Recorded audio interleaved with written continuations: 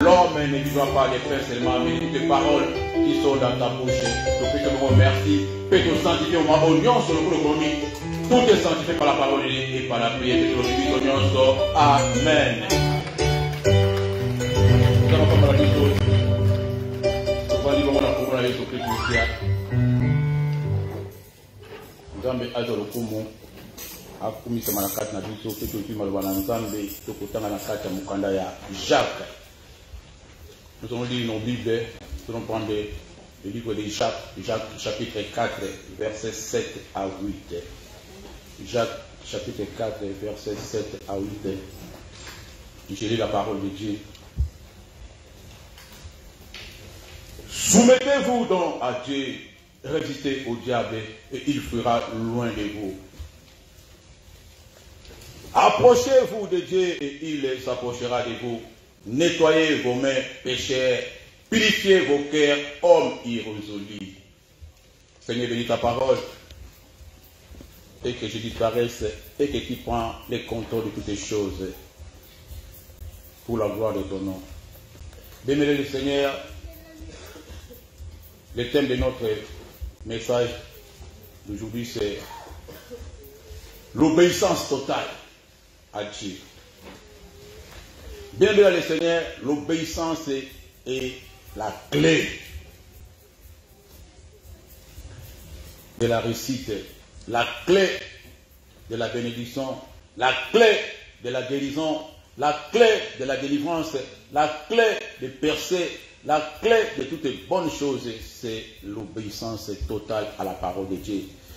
Si nous voulons une vie de gloire, si nous voulons que notre vie avance, bien aimé le Seigneur, nous devons faire confiance à Dieu. Mettre confiance à Dieu en tout ce qu'il nous dit, dans sa parole, dans sa volonté et dans ses lois. Voilà pourquoi la Bible nous dit, soumettez-vous donc à Dieu. Soumettez-vous, le mot soumettez-vous, c'est-à-dire le mot soumission, c'est soumettre, c'est-à-dire sans condition, sans hésitation, soumission. Et dans mon mot, pour qu'il faut comprendre qu'il veut dire soumission, ne ba sola, ba se soumettre à l'armée, n'attend bitumba, tirer, exécuter. C'est là où la Bible nous dit, femmes, soumettez-vous à vos maris. Et nous devons nous soumettre à la volonté de Dieu. Soumettez-vous à Dieu. Quand on se soumet à quelqu'un, c'est-à-dire qu'on a confiance à lui. Quand on n'a pas confiance, on ne peut pas se soumettre. Dans la soumission, c'est là l'obéissance, c'est sans condition. Et quand nous soumettons à Dieu et nous résistons au diable, il fera lieu de vous. Approchez-vous de Dieu et il s'approchera de vous. Nettoyez vos mains, pécheurs, purifiez vos cœurs, hommes irrésolus. Homme irrésolu, c'est-à-dire homme sans position. Homme irrésolu, c'est-à-dire homme sans décision, homme sans choix. C'est ce qu'on appelle homme irrésolu. Donc, nous avons la position, nous avons la choix. Nous avons la choix. Na pesa ka zoto nazana choix te na kuiba na ngaka nazana choix te na tiki na ngai bele na mukili poza na choix. Choix, c'est la soumission à la parole de Dieu. Si vous avez la choix te reçoit la choix satana reçoit la choix na omoko comment moi na nzamba ko za lingala nazana choix te non na la choix te eza langage ko za la munoko ya mutu oyo abanga kanzambe te ata moke so so banenga na il faut ça repentant que l'eau pour retirer choix wana. Nous avons choisi de retirer Malobana, parce que l'année là un jour. Bien, le Seigneur, nous avons la confiance dans Nzambe. Nous devons avoir la confiance à Dieu.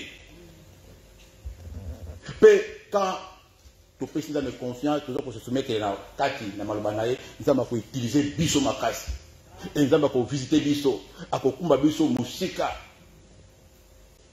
à s'approcher Pembe na Biso, à cause de la Musika na Ote. Si vous avez posé Pembe na Ote, bien, nous devons aller dans la Samotu. Ben le Seigneur, et le banque sera biso nini, et ça nini, moulimu oyo babeli ya ko banga, et ça esprit mobimba. Moi mutu apesa confiance et pas nzabete. Ata ko bitula, soki na tiki na ko lia ndenge nini, soki na salite na ko zwa ndenge nini, est-ce que na ko koma, est-ce que ko simba, ben mais na zo na kata midele lo nzambe soka za na o nyoso ko sala ko simba. La soumission amène la bénédiction. La soumission c'est la clé. Et là ko so luka luka wana na makasi no moko za ko forcer, ozo ko metuna ba question, et zo tu ko banga. Est-ce que Koshima penza? Est-ce que Nakobika un jour? Est-ce que Maladie Koshila? Est-ce qu'il a peine à Kobotaka? Est-ce qu'il a peine à Kobalaka? Est-ce que ma papa a à solo? Mais quand il résonne dans ta tête, vous allez dire, oh, la soumission, soumettez-vous à Dieu, bien le Seigneur. Résistez au diable. Quand on se soumet à Dieu, c'est-à-dire on résiste au diable, on résiste à Maloba Nyonso, na Mongongo Nyonso à Satan, na Mongongo Nyonso à la contre la volonté en Zambé. C'est ça qu'on appelle résistance à l'ennemi.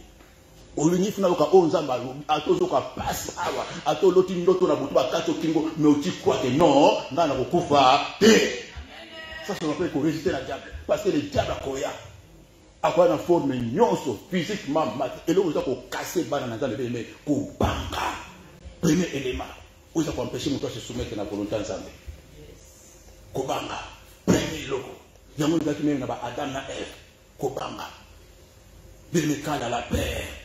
Vous remarquez que on est basé dans le Kobanga, la carte bango. Basé dans le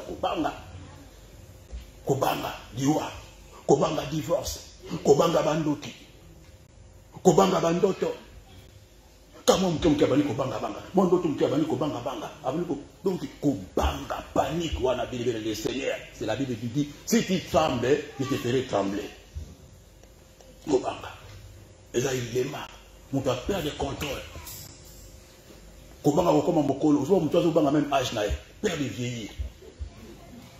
Azo ta bilo comme baba na mikia muke, azo ta ba demarche bana mikia bana kenza, azo banga ti mokolo bele. O ko ba ti mokolo nini. Parce que o tika nini wana te. Ndima âge na yo. Sans toi bien aimé, il faut changer na mutu na yo, makamto za na mutu. Na mutu. Ni ka vous avez mis là, complexé. Même âge no banga au sabat.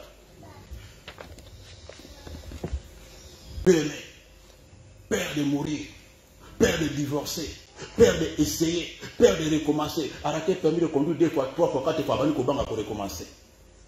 Peur de conduire parce que ça c'est un accident. Il y a un accident, il y a un accident. Avant que banga, bien aimé le Seigneur. Yé aza yé, yo za yo. Père, il y a bandoki. Nous avons préféré à banga bandoki, on y a banga nzambe. Mais la médaille, nous avons dit banga nzambe. Sozo banga, muto banga nzambe, banga kaliwati. Muto banga nzambe, banga kabandoki. Et ça impossible. Muto autre mon avis à banga nzambe, na sanctification, abanga liwa, abanga ndoki, abanga malédiction. C'est impossible. Et ça impossible. Et ça impossible. Et ça impossible. Bien aimé. Et Seigneur bon Nzambe a agir. On va affronter. Makambo nyonso ko kumela bien aimé le Seigneur. Soko za bongo na ko bango na ko réagir te. On va ko zomusa makambo ko sala lelo, ko zomusa ngolobi.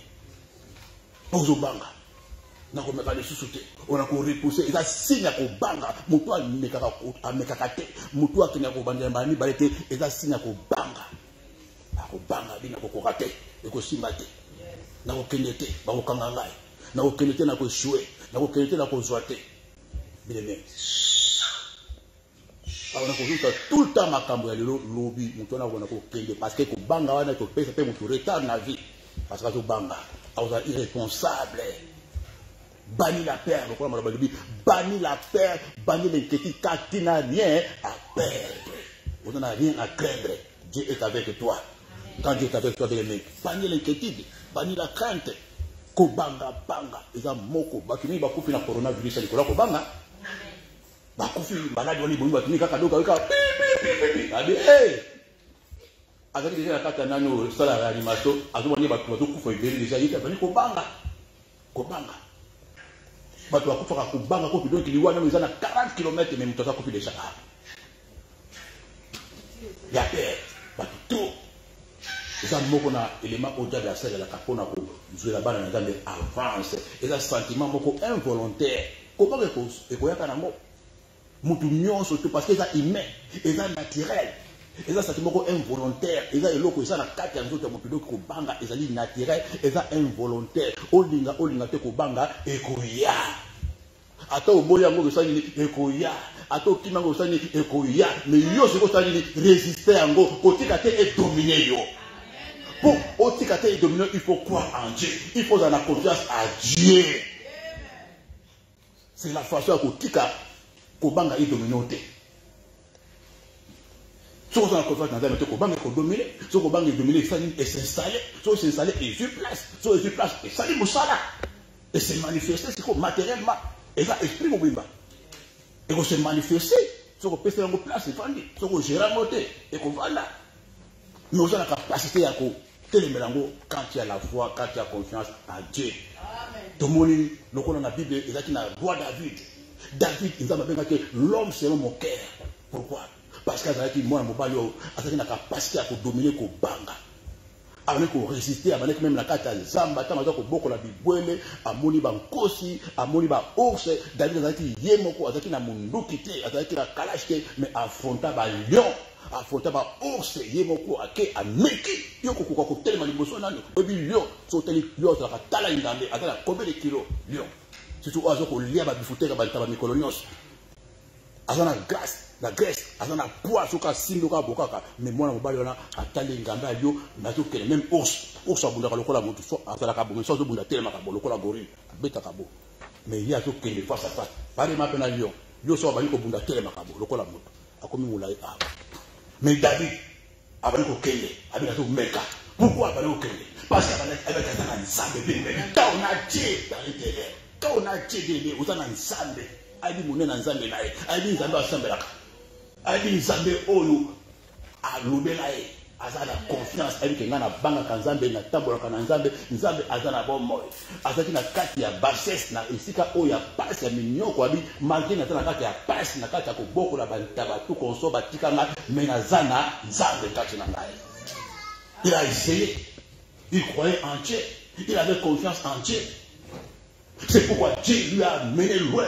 Nous avons fait la kabato, nous avons confiance à nous, nous avons musique à utiliser yé, à kokumba yo, et sika oyo, au cas de la vie notée, parce qu'on va dire qu'au cas où on va dire qu'ils ont kisi, ils ont kisi, ils ont courage, ils ont capacité, parce que Dieu ne peut pas utiliser un péré. Nous avons pas, nous avons ça là, nous avons utilisé ça. Nous avons utilisé papa, maman, bossana. Dieu utilise les courageux. Nous avons mécanique la famille, nous avons fait un chef à famille, nous avons fait un chef. Nous avons fait un chef. Nous avons fait un chef. Que nous avons fait un chef. Nous avons fait un chef. Au défi, nous avons fait un chef. Maman, papa, nous avons fait un chef. Nous avons fait un chef. Nous avons fait un chef. Mais quand il y a Dieu, conseil mon question, vous en entendez comme méga naote. Si vous en entendez comme méga te. Si vous en entendez bien comme méga te. Je donne conseil. Au pasteur on va dire oui, pasteur on va dire mais banga nzambe. Zala na nzambe wana. Si vous en entendez il y a moitié moitié obéissance moitié. Obéissance totale de la raté, vous en avez verset oyo lingaka. Vous en avez verset oyo lingaka te. Vous en avez matière oyo lingaka. Vous en avez matière oyo lingaka te. Vous en avez matière oyo baka amen. Vous en avez matière oyo baka amen te. Tikana yo. Tikana. Banane. Mais si vous en avez carte ma colonie par les pères Nzambe, tu as le pouvoir de résister. Non, le but non, le but oui. Il y a le but oui, le but non. Tu es capable. Achète tes bas, tu es mon tour. Le but soit Dieu, soit Dieu. Soit Jésus, soit Dieu. Dans le cas de souffrir, dans la montée. Dans le cas de la mort, dans la sécurité. Dans le cas de la montée. Dans le cas de la montée. Parce que la parole de Dieu m'interdit. Devenez le Seigneur. Nous avons besoin d'un gamin. Nous avons besoin de manifester. Peu partout, on va quand nous avons besoin à partir des fiwana. Peu partout, on va dire nous avons besoin de nous avons azalaka. C'est comme ça que Dieu travaille. Mon Nzambe a utilisé yo. Parce que la famille na yo, bandini à partir de loin noko. Avec les gens Nzambe azalaka. Osamba la kawapi. Au milieu de mon soutenir business. Ba moni démonstration. Na massa c'était mais na nguya et où tu vas faire partie à maluba obimisa monoko. Et là qui accompagné na foi, na sanctification. C'est comme ça que Dieu fait, bien le Seigneur. Miracle koya. On peut provoquer miracle ce que nous avons na kati na dimension à bien le Seigneur. Au moins que ça la tababi, on a audace na kati na hôtel. OK, le musika. C'est pourquoi mon Nzambe a bona David a dit l'homme selon mon cœur. Azaki ne loko na kati na même na bitumba ya Goliath. Ba bazo ko banga ba bi nana ko meka ko simba ngambe mobali yo. Mais David l'homme selon le cœur de Dieu. Albert ngazo pusana. Ba yani ba bi tobi lo lendo na yoza ka mutalo lendo. Tobi lo lendo na tobi parce que ba yaba kizaki non. Et là qui lo lendo te bébé parce que la foi ko il faut apparaître le cola orgueil. Mais ça orgueil la foi. Quand on a la foi, malobo on ko mutana mi so ba. Ba déclaration na yo, ba prophétie na yo, ba proclamation no ba ko na ata no lendo, eza no lendo te la foi. La foi que vous allez voir du boma.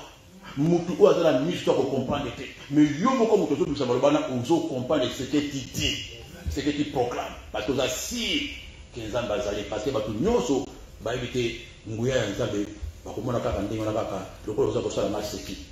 Voilà pourquoi Nzambe abengaki David, l'homme selon mon cœur, parce que il a la soumission de le Seigneur. Kobanga de David, parce que Kobanga est une racine mobimba. Il a semence mobimba, ça n'a kacha moto. Asokola nango, peso kokola mukemu kemu mutawali Kobanga na bampese.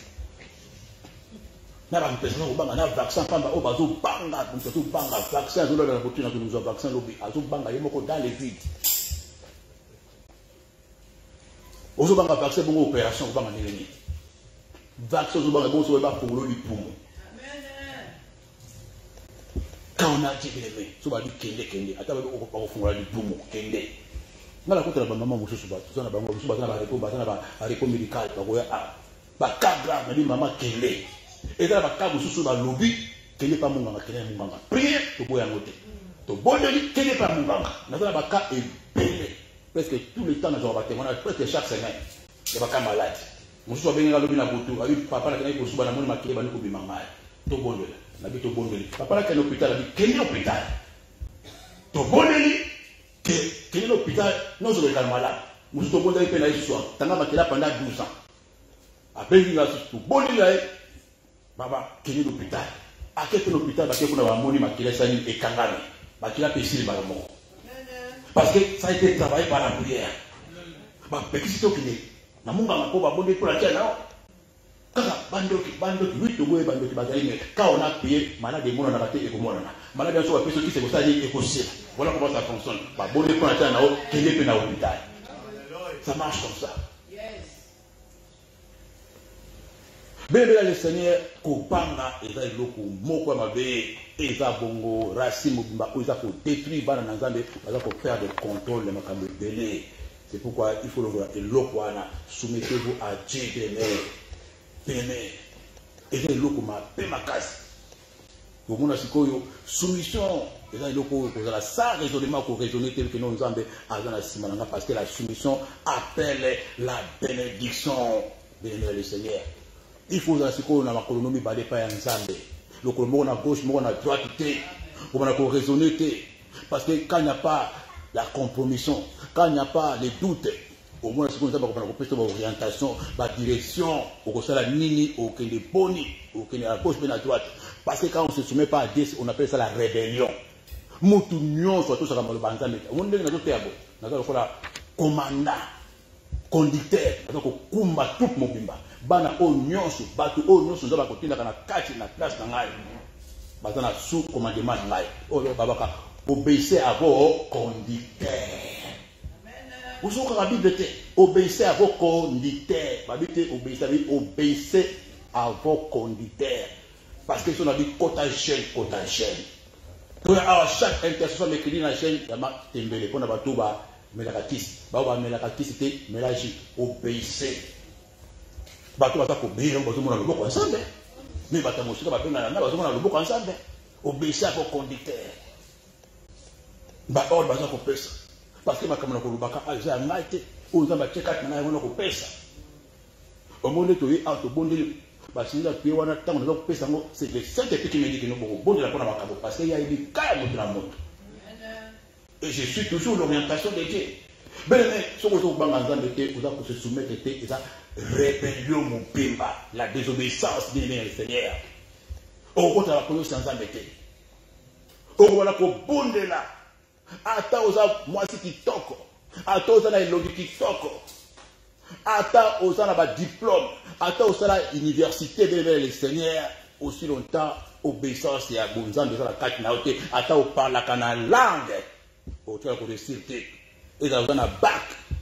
Aux licenciés dans la ville là où la tellement na impact na bénédiction au yanzanga pesa là ba o babanga kaé na kata de tournement ma vie to ko za mi kilate to ko za toujours mi tout c'est dans l'obéissance c'est une chose de la mobimba ya ko kakola te maté ya nzambe ke maloba na nzambe c'est là où la Bible nous dit na kata mkona de tournement 28:13 tu seras à la tête et non en bas.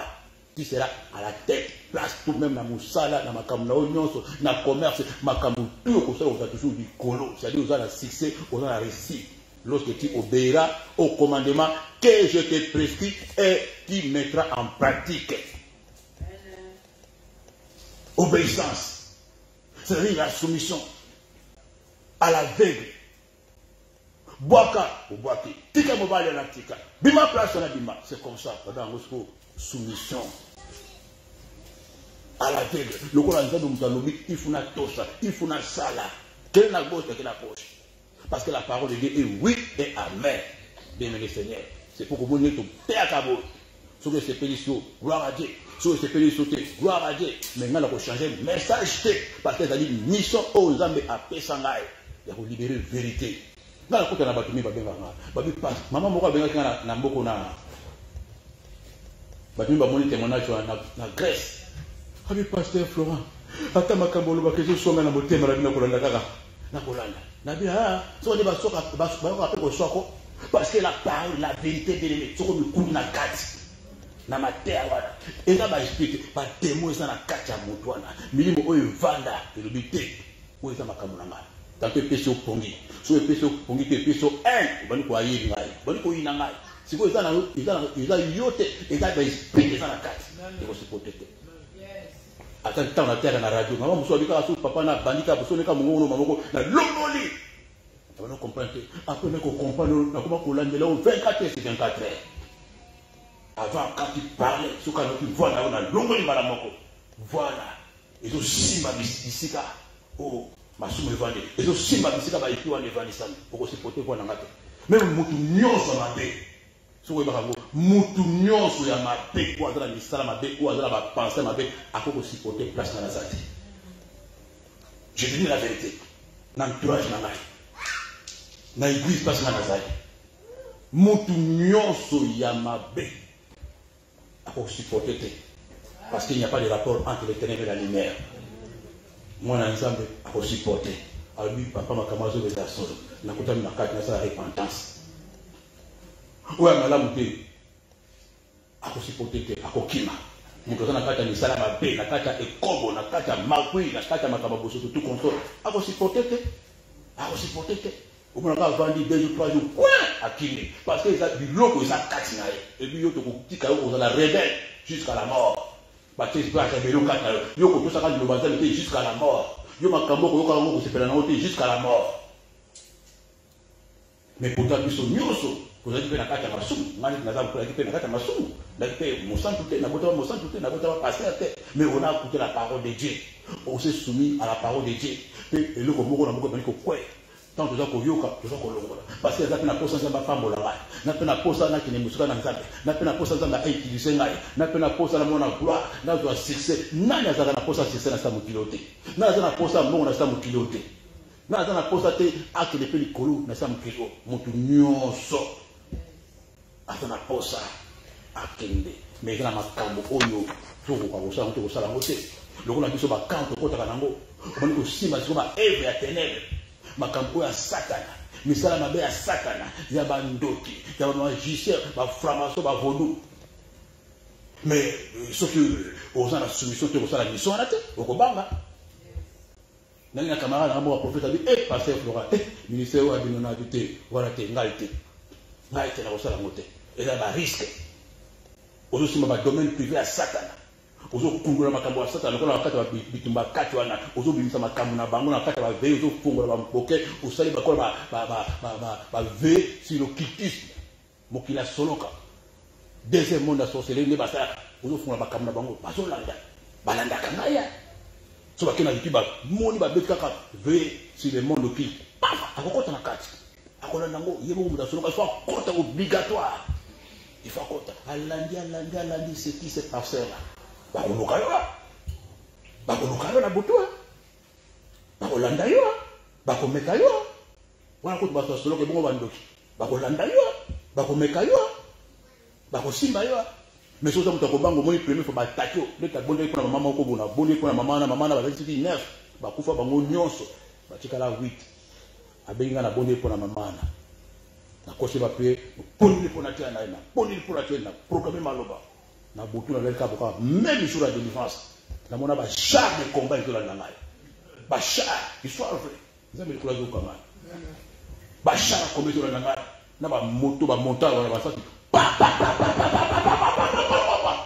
tala ezoya na mbwa sikoyo na nsima azolanda po alandaka solo nanga mpaki na kei mpana mbala moko na peti mbwa na mbwa azali na nsima azolakisa bango place na kei azolanda solo nanga azolakisa bango solo nanga peti mbwa pangani mbala moko akufi ti place sikoyo ntango mbwa akufi epesi nga kende koteyo na ke koteyo ntango nga na ke koteyo bachar ekomba sikoyo ke koteyo erate ngai naboni kopile sikoyo sikoyo namoni banzete ezalaki likolo epesi nga bata bana sa banzete naboni kobata bana sa banzete likolo bakini bahélicoptère ezolanda ngai ezolokalisi nga moyengo na ngai eza te na batami na sa banzete nasoba ndoto ese mama na yebi yango ayebi yango te ayebi yango te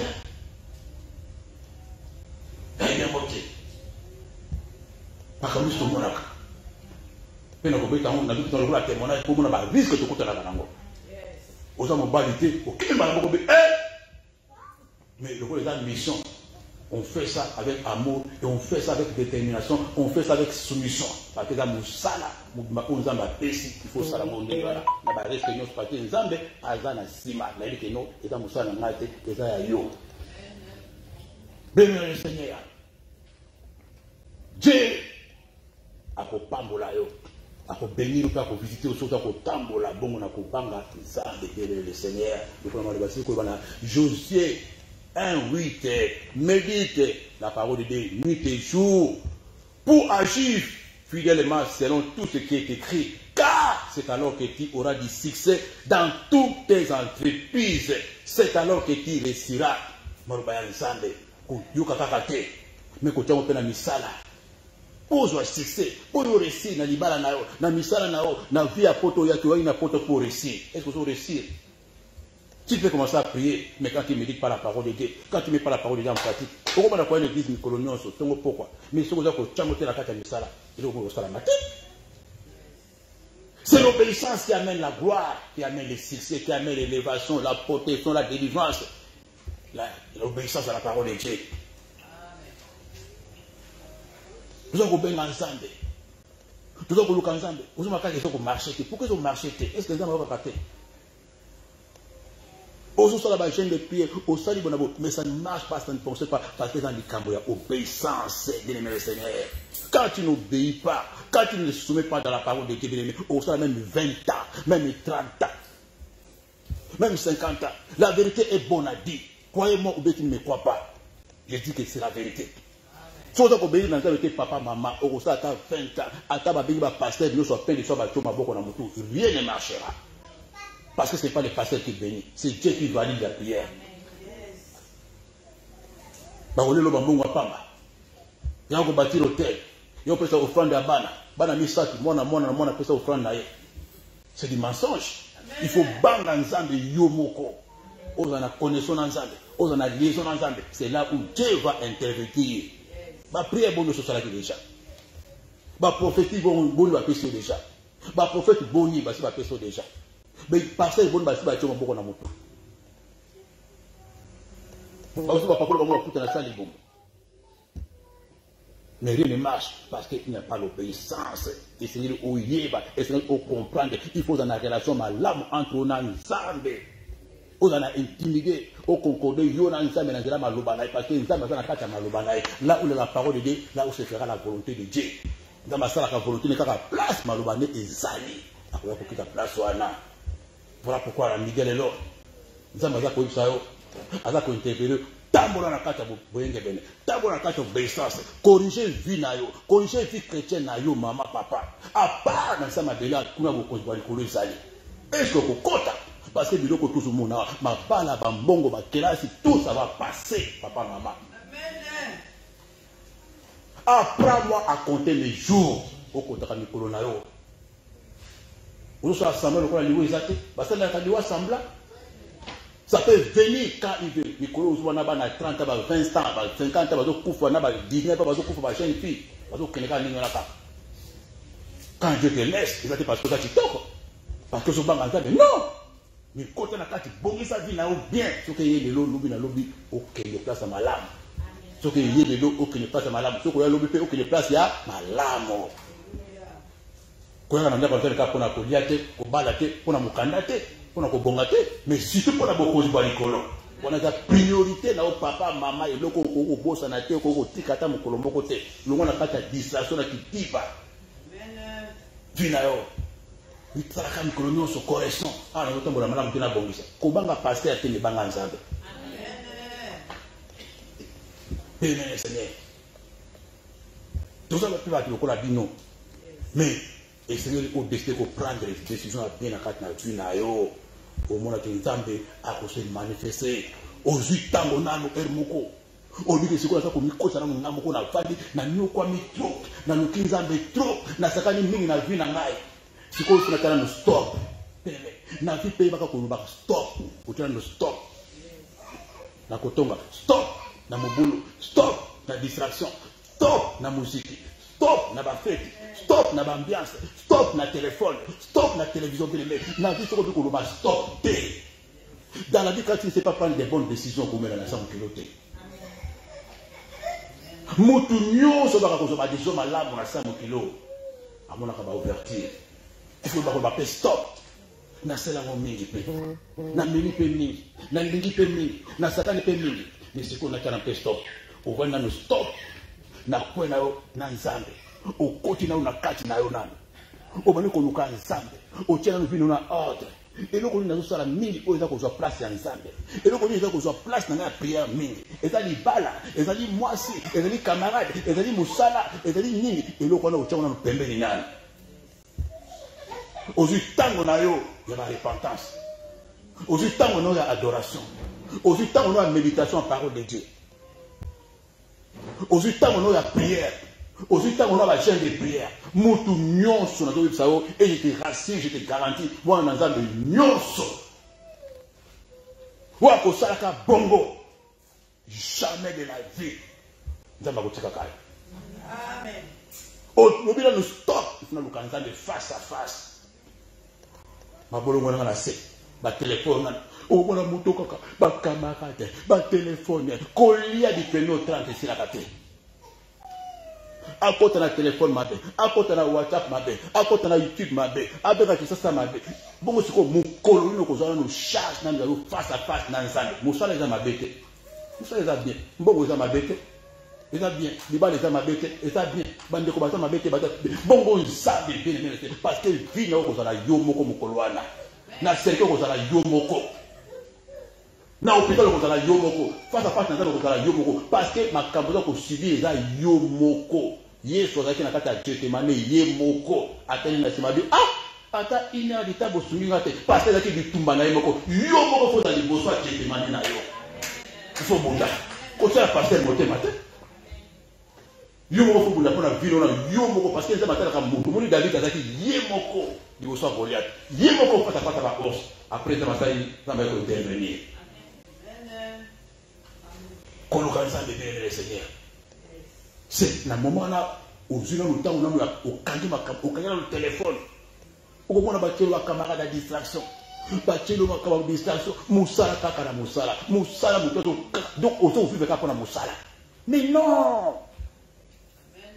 D'ailleurs, Moussala est comme ça, on peut riche. Aujourd'hui, le rapport à Moussala, tu ne peux pas vivre pour le travail. Aujourd'hui, le rapport à Kolia, pour la Kotonga. Non, ils ont vite, maman. Kolia, na Kotonga, na Kola, ils ont vite. Il y a plus que ça. Dans ça, mon kilo. On va la chercher. Mais ce qu'on peut se vivre par ensemble, on va nous saler l'ensemble de Bosso. Au viva bloco yo, au tchema konomi par exemple, via prière, via consécration, via jeûne, via méditation, en plus on va essayer de servir nous âmes la kati, on va essayer de servir nous âmes la kati de l'Oana. Mais bénédiction de Rolandayo, bénédiction de Rolandayo, Dieu va ordonner la bénédiction de suivre yo Rolandayo, théâtre, bétamo karay pour le 4 contrats. Libalo zo le Canada ba ko na 5 sur 5 bala moko. So ko ba secret on a dit. Dieu va prendre le temps de te parler. Dieu va prendre le temps de t'orienter, de te diriger. Parce que au loupier, Moutounio sur le Kakanzambe, ils ont mis mon Isaka.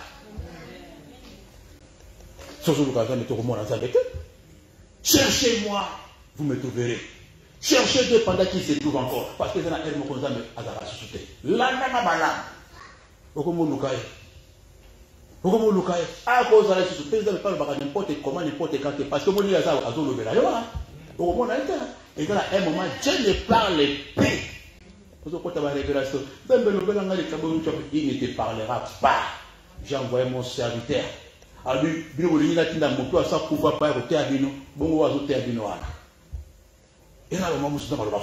va peut te parler. Dieu peut te parler par la bouche de son serviteur. Il peut te parler dans les circonstances. Il peut te parler dans les rêves.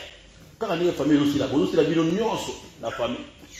La parce que la zoté après, peu nous autres nous jouons le peu moi quand nous montons nous jouons le peu les saints pas ça vous comprendre que les gens famille les choses malades au lieu de se faire le anonyme pas faire la fausse prophétie pour dire non et là moi nous avons la souté à tikio au kobundo kolela à ça le bien dit moi la mutu ma casse tétique à tikala ndengala ka cherchez Dieu pendant qu'il se trouve. Vous me chercherez, vous me trouverez. Si vous me cherchez de tout votre cœur. cherchez de tout votre cœur. Otike makabu nyonso. Votre cœur. Libale zo kabola nzambe nayo. Moussa zo kabola nzambe nayo. Mbongo zo kabola nzambe nayo. Commerce zo kabola nzambe nayo. Tu cherches pas de tout ton cœur. Cœur moitié. Non, ça ne marche pas. Donc on a pour souffrir. Et c'est au décider papa, maman. Pour s'arrêter dans le qu'on a ce douana. Au soit tant on dit comment c'est qu'on nzamba quoi pour changer vie na yo. À pour changer. Ce qu'on appelle l'obéissance. C'est ce qu'on appelle la clé d'Angwana. Et le Seigneur. Quand tout ça, on s'en va à côté ayo. Obéissance na oignon sur la kubima. À tes passes yamba yango. À tes difficile comprendre yango. Et le Seigneur. Donc, continue à se soumettre dans la volonté ensemble que nous, Seigneur, je crois à ta volonté et à ta parole. Au moins, un jour, ma cambo pour aller pour ça, et Seigneur, au thème, là, il faut faire des quatre nayo. Pouvoir les gens à quatre maisons comme péché au yoka. Et là, comme péché au tout ça, malheureusement. Et là, comme péché, on dit malheureusement. Et Seigneur, on dit ma kenda, ma pesa kambongo. Et Seigneur, on dit ma kenda, ma petit saka. Au Seigneur, on dit que Nzamba bali saka, Nzamba boti saka, Nzamba tombo la papa, maman, il faut ndima yango. Il faut ndima yango. Nzamba sala kabilo ko nyonso to no zolokana. Mais ce qu'on appelle la résistance. Et là, il prie pendant qu'on a quatre motos. Ils ont résisté dans le balançage. Et là, qu'on résiste dans le balançage. Et ce qu'on a eu à ramener, c'est la sorcellerie. Et là, il y a des idoles. Et là, il y a des génies. Il y a des bottes à moto, il y a des bottes à moto. Il y a des coco, il y a des sandales. Il y a des makila. Il y a des coco, makila, des grands-parents. Et il y a des c'est ça qui rejette la parole de Dieu. Qui résiste à la parole de Dieu. Aujourd'hui, on est dans la Zambia. On est dans tous les dimanches à Taoladi Awa. À Taoladi, on est dans la toilette, on est dans la mais quand tu n'obéis pas à la parole de Dieu, pour ça, il faut la bonne. Ah oui. À ton précis, 10 000 à 100 000 €, mais quand tu n'obéis pas, pour ça, la bonne. Il y a un moment où on a de révolution en 4 1 Samuel, chapitre 15. 1 Samuel chapitre 15, versets 22 à 23. Samuel dit, l'Éternel trouve-t-il du plaisir dans les holocaustes et les sacrifices comme dans l'obéissance à la voix de l'Éternel? Est-ce que les amba se fait la canaba biloko wana ba mabon za ba sacrifice? Koleka. Obéissance. Point d'interrogation. Voici l'obéissance de sa parole vaut mieux que la graisse des béliers. Voici l'obéissance de sa parole. L'obéissance à l'obéissance de l'équipe à bijoux, et l'équipe à foot à ngombe, et l'équipe à taureau qu'on sacrifie par Nzambe. Car la désobéissance est aussi coupable que la divination. Et la résistance ne l'est pas moins que l'idolâtrie et les téraphins. Puisque tu as rejeté la parole de l'Éternel, il te rejettera comme un roi. La désobéissance de le Seigneur, et là le kindoki. La résistance, et là le sorcellerie, et là idolâtrie. Pour téléméler ensemble. Je parle, mais Nzambe ou a sala li kolona mabele. Oza ko résister malobanaye. Nzambe ou a tiana sa mokilo. Nzambe ou a sala o mwasi. Nzambe ou a sala o mobali. Nzambe a pesa opposition. Nzambe a tikelo le souffle ya vie na ye. La ligolo na ngana no bien. Mais azo luba ozo téléméla ye. Oza ko résister na mongongo ya mokele. Ya mokele ou a sala moi. Ou a sala mabele. Ou a sala hiver. Ou a sala automne. Ou a sala diamant. Maloba ya patron na yote, maloba ya mobali na yote, ya papa na yote, ya mama na yote, ya kokote, ya nganga te, mais ya Nzambe. L'être super, on a banganga baza ko banga, ba magicien baza ko banga. Bilima ya sama baza ko banga, siko yo oza ko teme ya mongongo Nzambe. C'est plus que la sorcellerie le quoi maloba Nzambe lobia. Et avec au sous-sabi, puisque tu rejettes ma parole, je te rejetterai aussi. Nous allons rejeter mon nyonso. Pas côté maka malobana ye. Le Seigneur. Nous allons garantir yo. So yo ko to sa malobana Nzambe, Nzambe ko pesa o fongola. Fongola. L'obéissance, c'est la clé. Et dans la famille, beaucoup balakate, beaucoup botakate, beaucoup bongakate, beaucoup fera ajoana. Mais quand tu obéis, papa, maman, Dieu va te donner la clé. Clé va quand la famille la vie de Mobima. Parce que qui maman n'a pas mieux que soit clé. Parce que qui tata moi si bako peso fongola ana. Parce que la bande qu'on a bino nyos bako peso fongola. Fongola ko bala bako pesa yo. Ya mbongo bako pesa yo. Ya bosu bako pesa yo. Ya longue vie bako pesa yo. L'obéissance de le Seigneur. Ce qu'on va monter. Ce sont des choses très sérieuses dans notre salle. Au constat ma kabo bango ba sala quitter. Au constat ma kabo bango ba yedité pe ba zoate pourquoi parce que bango ba na fongola pe. Mais vous en a fongola. L'obéissance, la clé. Batu boni ba zwana fongola ba pesa bango fongola ba yiba bango ba fongola. Batu boni ba botola bango ba fongola. Batu boni ba bungisa ba fongola. Fongola bezo monambe. Au moins ba ndoto ba botola fongola. Na mona maman to somela pena yi papa Flora. Na l'autre na ndoto ba pesa 3 clés. Assemble la réponse na soir. Na voilà. Na check na ba prier quand on va prier après prier na ba délivrance na papa na l'autre ba singa 3 clés. Parce que dans la fongola, ba clé, il y a des balles ezalaka, clé à mbongo ezalaka, clé à longue vie ezalaka, clé à kobote ezalaka, clé à élévation ezalaka, clé donc loko ezala fongola nango, et loko nyoso so zo ezaka ko retarder, oza ko lukango, oza ko sosango. Pourquoi? Parce que oza la fongola nango. Quand tu as la clé, tu ouvres. Quand tu n'as pas la clé, attends oza liboso porte, porte scellée, porte condamnée au côté. Et c'est nous dans la fongola. Dieu donne la clé. Dieu donne la clé quand on lui obéit. Je vous montre le cas de Esaïe 22. Je mettrai sur son épaule la clé de la maison de David. Je mettrai sur son épaule la clé de la maison de David. Esaïe 22. Quand il ouvrira, nul ne fermera. Quand il fermera, nul n'ouvrira. Clé wana de le Seigneur.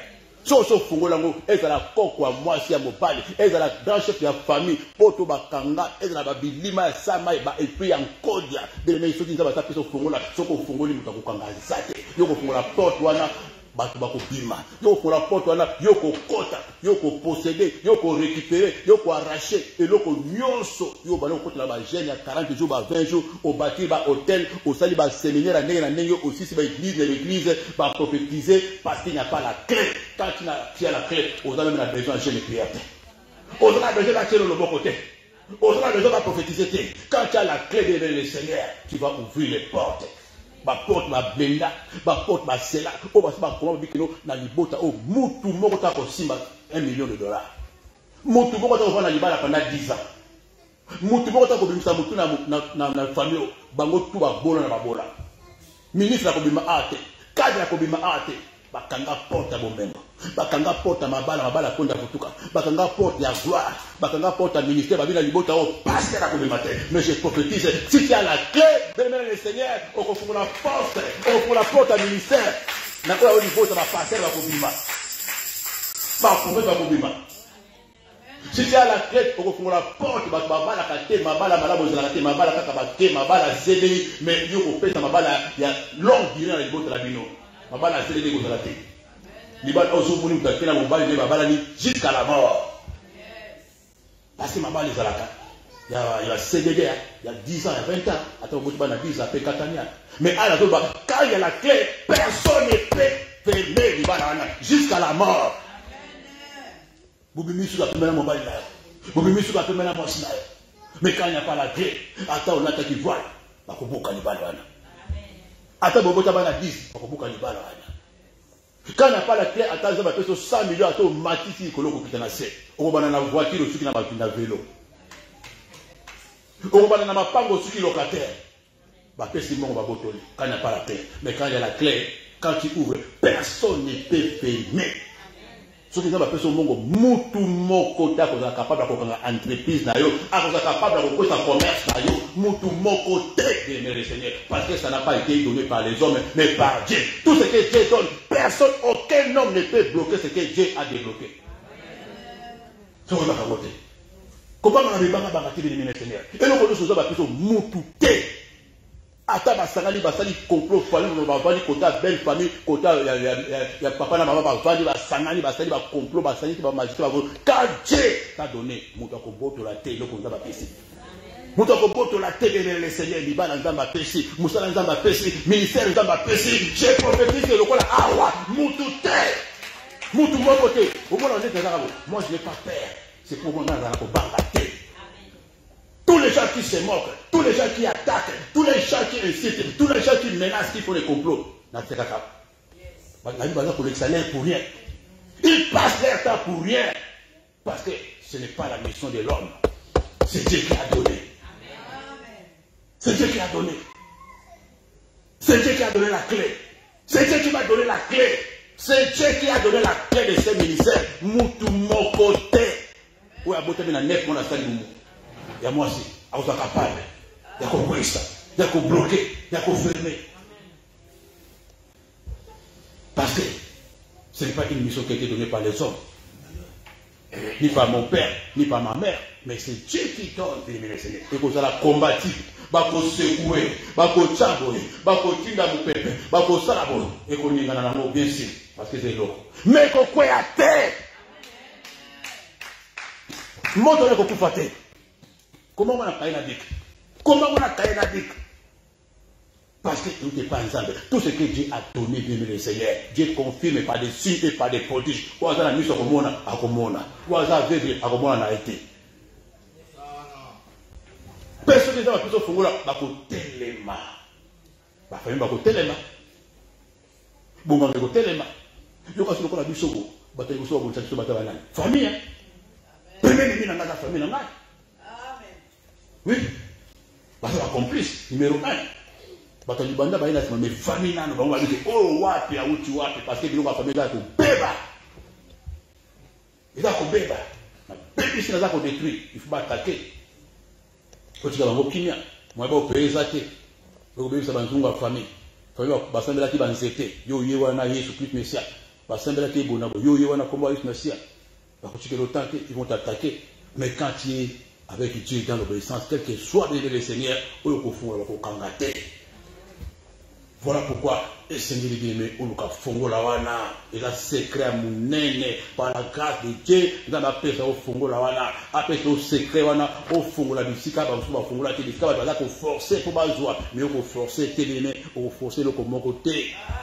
Et la fongo la bakunda, yo ko récupérer mo ko na ndoto muto ya apeso fongo la, ko bona lokoti fongo la na bandoto, mokolo so ko boni lokoti fongo la bandoto, pesa nzambe merci, banaka kana adoration, au so joie mo déjà. Parce que nous sommes dans la bandoto. Baboto le fongo la bandoto maman, côté la mo jeune. Bien. Fongo la au so kawana, fongo la so ko lutina butu ba boto le fongo la papa maman. Et ça va dans ma prière d'urgence. Il va que ça va retirer l'autre à mutu la carte nationale. Parce que ça va prier des gens, retourner au bon de là, Nabuto l'autre va l'ongolo suki na moto, Nabuto l'autre minu no kwe, Nabuto l'autre va kiler zo tangayo. Eh, bandoto ndenge wana, ba prier, bandoto ngoli très dangereux. Ce que je crois en bon na moto la bandoto, ba kati okovo, ba kiler zo tanga, au moni ndoto ndenge na kolia komela te, papa mama. Ce que j'ai enseigné, c'est que mais il va que ça bénir le coup, comme on a parlé d'autres dans 2 mois, dans 3 mois, dans 6 mois, plus grave, parce que tu n'as pas bien prié. Mais quand tu as bien prié, comme on a le coup, parce que tu as compris la clé. Sur ta maman, on a un temps pour faire ça au bongo, mailler le peu, boire, bénir le Seigneur. Si tu veux le croire le moi, bénir le Seigneur. On a compris ce fongo là, batu bako, ça la bongo, na simano bako comprendre le coup mon côté. Parce que Nzambe aza elongo na yo toujours pesa Nzambe merci surtout na ba papa ba maman o Nzambe tindi na kati ya mosala oyo toujours sala o Nzambe tindi bon na mission ko zala awa Dieu enverra ses serviteurs et Dieu a déjà envoyé ba maman formidable ba papa formidable o Nzambe ça qualifié o Nzambe ça pour préparer pour quelque chose qui va venir le fait qui va être allumé ici ba fongola eza awa. Sauf que vous faites des fongoles en aïwa. On fait des fongoles en aïwa. Dieu, t'ouvre les yeux.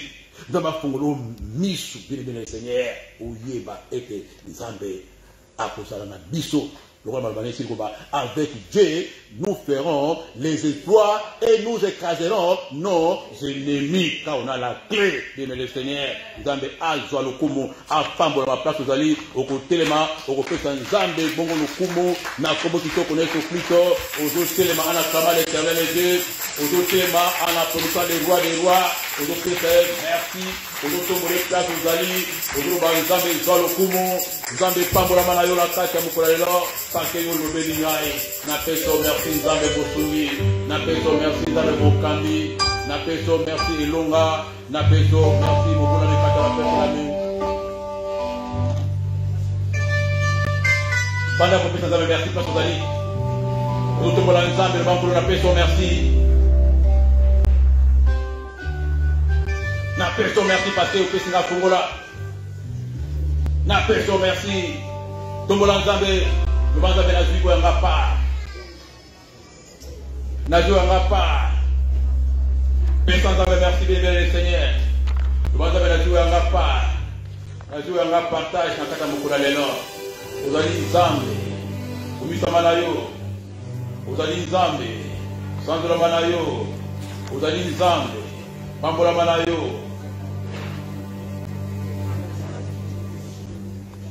Ozotumbola maboko. Nzambe la paix sur merci. Nzambe la paix sur merci. Pona maloba na yo. Libi sangai. Pour la mutuma kashi nangai. Libi sangai. Pour la insoumission. Libi sangai. Pour la désobéissance. Na yo ki maloba na yo. Et koti na motema nangai. Na yambi yango. Eza yangai. Zwa lokumu. Na kombo na Yesu Kristo. Ngana zo bondela. Organe nyonso. Yang soto nangai. Où est-ce qu'elle a utilisé pour la tosse en Zambé? Yoka maloba na Nzambe. Banda lelo. Okozala lisusu utilisé te. Pour la kozanga kotosa. Maloba na Nzambe. Ngolo. Yo bina maloba na yo. Nous écraserons Satan sous nos pieds. Lelo, na kombo na Yesu Kristo, naza ko écraser pouvoir nyonso, puissance nyonso. Oye loba, ngana ko sala loko moko te. Awa na samuki, naza ko tambola likolo ya hôtel ya rébellion. Oye so longola bobangi Nzambe. Oye taka incrédulité. Où est ta désobéissance? Nazo tambola likolo na yo. Nazo nyatangula na yo. Il faut na tosa Nzambe. Il faut na banga Nzambe. Il faut na landa Nzambe. Il faut na salela Nzambe. Ndana bana na ngai. Ndana libota na ngai. Na ko salela Satana te. Au nom puissant de Jésus. Nkolo na peso merci. Nabi Pongola nanga ezali. Nabi Pongola nanga ezali. Eza mokolo nanga. Merci pour Pongola nanga miso. Oh délivrance uchepa inayo. Zambe nanga ekumela.